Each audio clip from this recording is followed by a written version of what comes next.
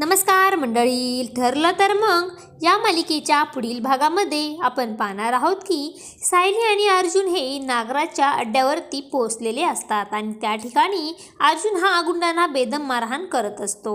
तर सुमनपर्यंत ते पोहोचतात आणि सुमनला त्या अवस्थेमध्ये पाहून अर्जुन आणि सायलीला दोघांनाही आश्चर्याचा धक्का बसतो आणि दोघेही तिला सोडवतात. सायली ही विचारते, काकू परंतु तुम्हाला या ठिकाणी कोणी आणले आणि कोणी तुम्हाला या ठिकाणी बांधून ठेवले?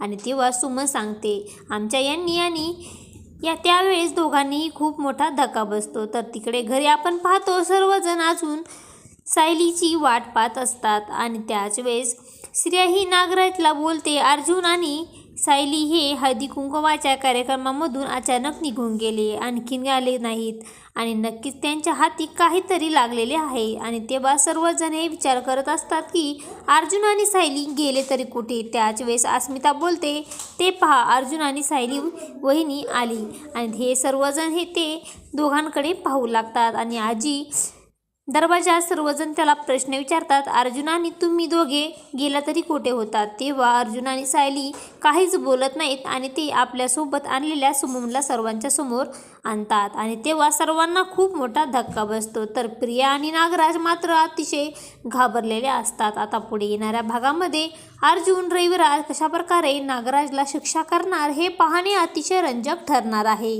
लग्नानंतर होईलच प्रेम या मालिकेचे सर्व अपडेट पाहण्यासाठी आपल्या चॅनलला लाईक करा, शेअर करा आणि सबस्क्राईब करायला विसरू नका. धन्यवाद.